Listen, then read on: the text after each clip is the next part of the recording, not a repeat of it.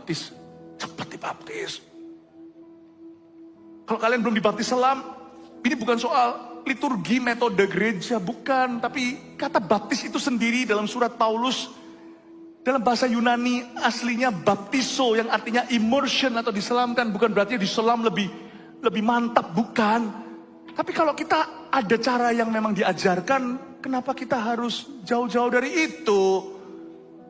Kecuali kalau sana sakit, sekarat gitu ya nggak bisa kan diselamkan. Tapi kalau masih sehat, selamkan aja. Dan mungkin dulu baptis seperti saya waktu umur 6. Waktu itu saya dipercik, dibaptis begitu. Karena saya nggak tahu, mama saya ingin saya jadi anak Tuhan. Ya nggak apa-apa sih umur 6, itu kan seperti penyerahan. Tapi saya belum mengerti karena baptisan itu, yang kita baca tadi kata-kata Petrus, baptisan itu alhasil akibat bertobat. Bukan karena liturgi. Bertobatlah dan berilah dirimu dibaptis. Yesus berkata, kabarkan Injil, baptislah mereka yang percaya. Beritakan Injil pada segala makhluk, barang siapa dibaptis, diselamatkan. Baptisan memang tidak menyelamatkan. Penyamun di sebelahnya, Yesus itu tidak diselamatkan karena baptisan, karena iman. Tapi kalau kita beriman, kita tidak akan menghalangi baptisan, karena baptisan itu perintah Tuhan. Yesus saja dibaptis loh, padahal Yesus tanpa dosa. Yesus kasih contoh karena dialah jalan. Kalau kalian belum dibaptis, cepet gih.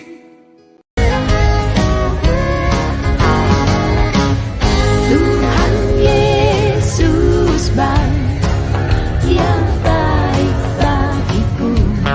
Tuhan Yesus baik, dia baik bagimu. Tuhan Yesus baik, dia baik bagi semua. Di segala waktu Tuhan Yesus selalu baik. Tuhan Yesus baik.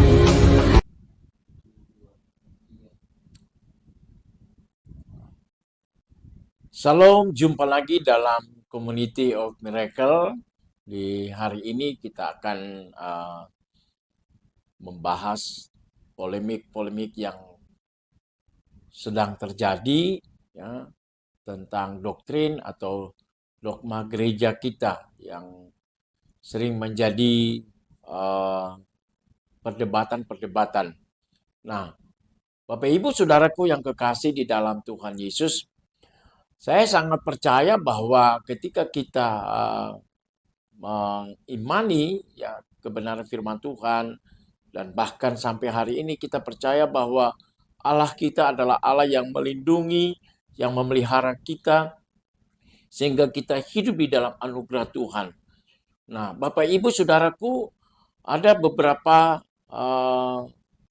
hal yang perlu kita perhatikan yang berhubungan dengan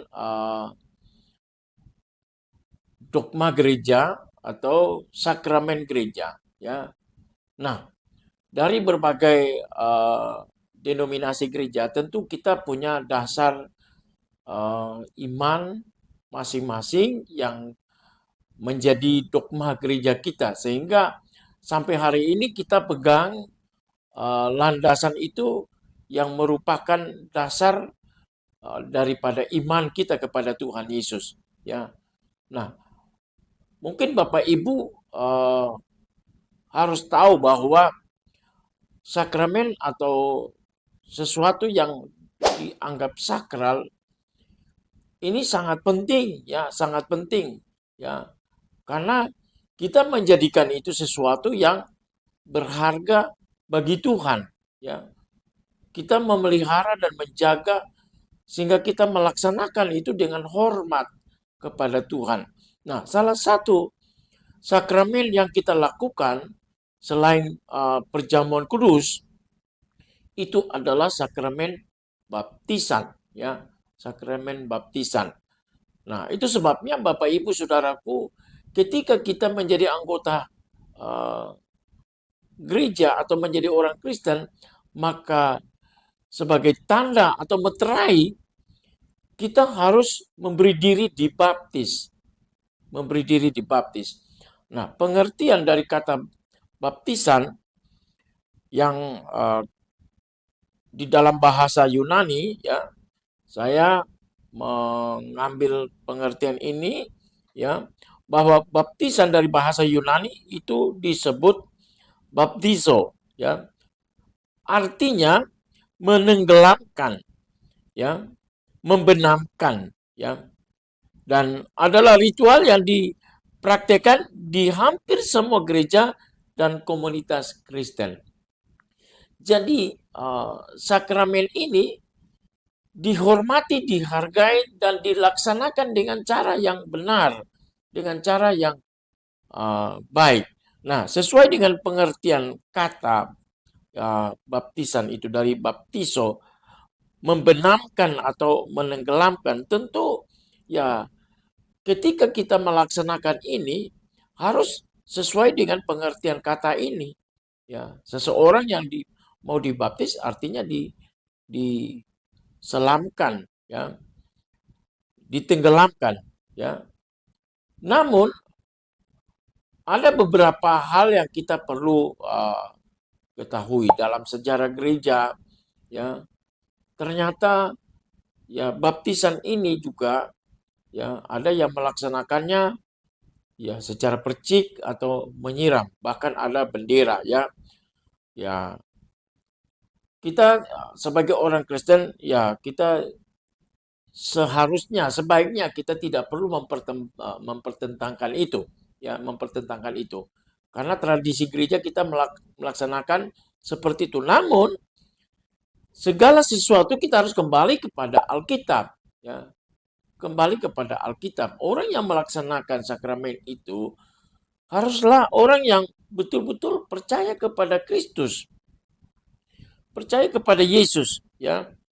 Nah, di dalam Roma pasal 10 ayat 9 dan 10 mengatakan bahwa sebab jika kamu mengaku dengan mulutmu bahwa Yesus adalah Tuhan dan percaya dalam hatimu bahwa Allah telah membangkitkan dia dari antara orang mati, maka kamu akan diselamatkan. Jadi keselamatan ini ya kita terima sebagai anugerah dari Tuhan, ya. Di dalam Efesus pasal 1 ayat pasal Efesus 2 ayat 8 dan 9 bahwa keselamatan itu adalah anugerah atau pemberian Tuhan, itu bukan hasil pekerjaan kita. Jangan ada orang yang membanggakannya, ya.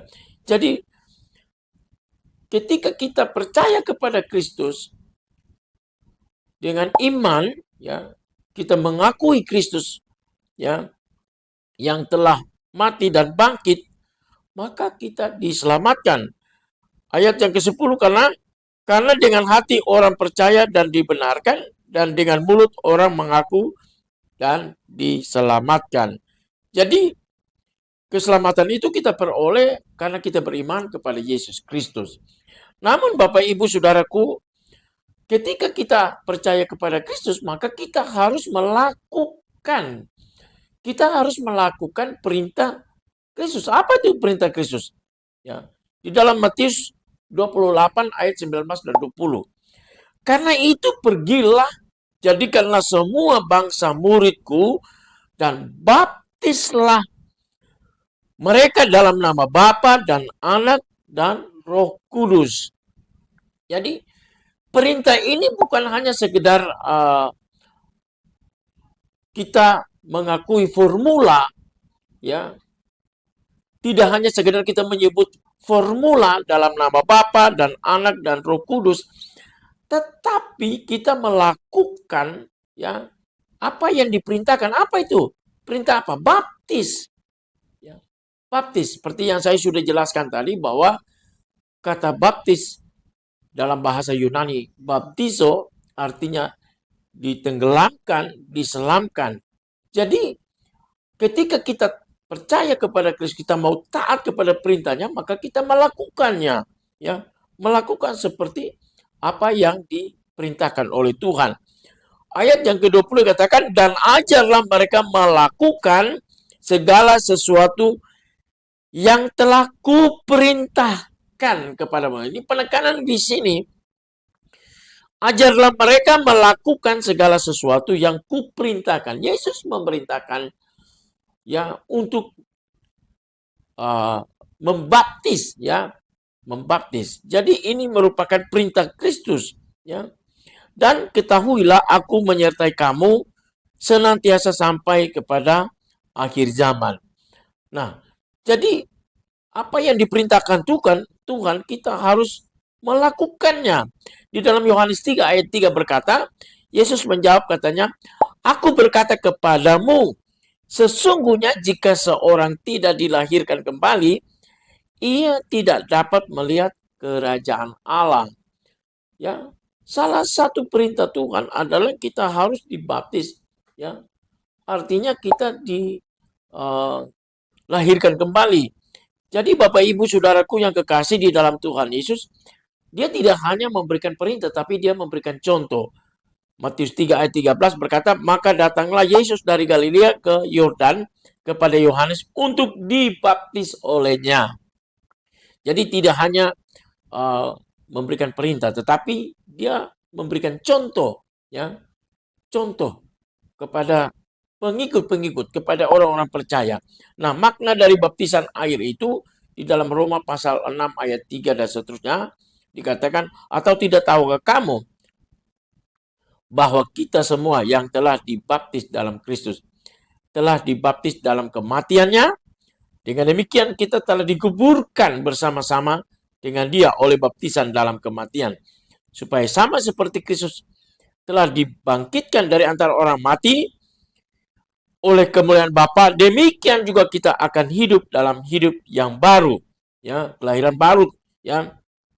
Sebab jika kita telah menjadi satu dengan apa yang sama dengan kematiannya, kita juga akan menjadi satu dengan apa yang sama dengan kebangkitannya. Karena kita tahu bahwa manusia lama kita telah turut disalibkan supaya tubuh dosa kita hilang kuasanya, agar jangan kita menghambakan diri lagi kepada dosa. Jadi makna baptisan air ini di mana kehidupan lama kita kuburkan, ya.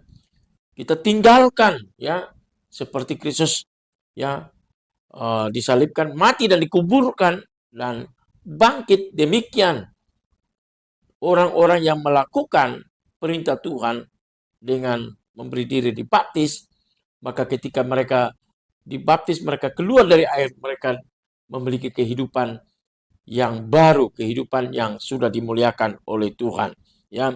Titus 3 ayat 5 berkata, pada waktu itu dia telah menyelamatkan kita, bukan karena perbuatan baik yang telah kita lakukan, tapi karena rahmat-Nya oleh permandian, kelahiran kembali, dan oleh pembaharuan yang dikerjakan oleh Roh Kudus. Jadi baptisan ini merupakan sesuatu yang penting bagi kehidupan kekristenan kita, iman kita, ya. Ada pembaharuan di dalam kehidupan, ya, budi kita, ya.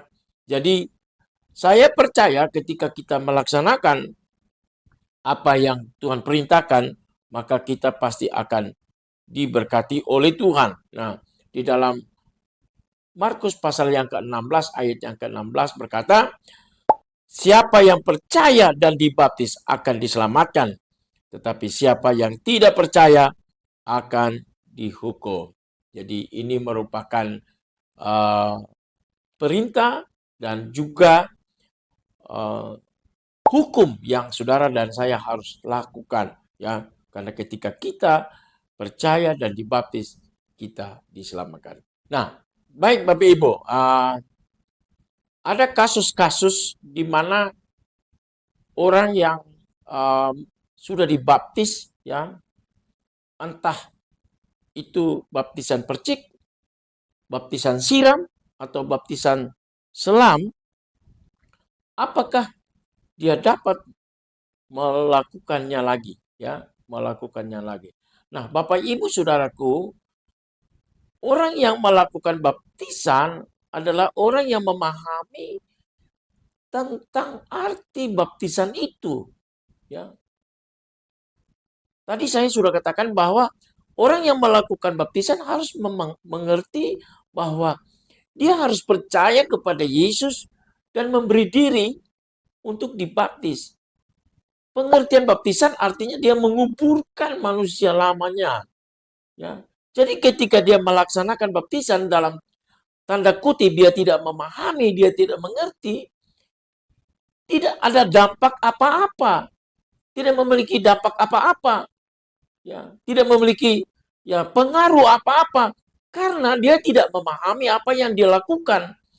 Itu sebabnya ketika dia menyadari akan dirinya, akan kehidupannya bahwa dia baru percaya kepada Kristus, mengakui dia sebagai Tuhan Juru Selamat, dan melakukan perintahnya dengan memberi diri dibaptis, maka itulah yang mempengaruhi hidupnya. Jadi saya percaya bahwa baptisan ulang, ya, baptisan ulang bisa dilaksanakan ketika orang waktu dibaptis tidak memahami apa-apa, tidak mengerti tentang pengertian baptisan itu. Sebab ingat, orang yang melaksanakan baptisan harus mereka sadar benar, mereka harus mengerti dan tahu kebenaran firman. Apa yang tindakan yang mereka lakukan adalah tindakan ketaatan terhadap firman Tuhan. Ketaatan terhadap firman Tuhan. Itu sebabnya ketika orang memberi diri dibaptis ulang, karena dia menyadari bahwa apa yang dilakukan pertama dia tidak mengerti. Ya, dia tidak mengerti. Ketika dia sudah mengerti, dia percaya, ya, dan dia mau melakukan yang benar. Ya. Jadi saya yakin bahwa baptisan ulang, ya, dengan pengertian, dengan pemahaman yang benar akan mempengaruhi kehidupan rohaninya. Tuhan memberkati. Puji Tuhan, kiranya ini bisa bermanfaat bagi kita semua. Shalom. Puji Tuhan, sampai jumpa kembali. Amin.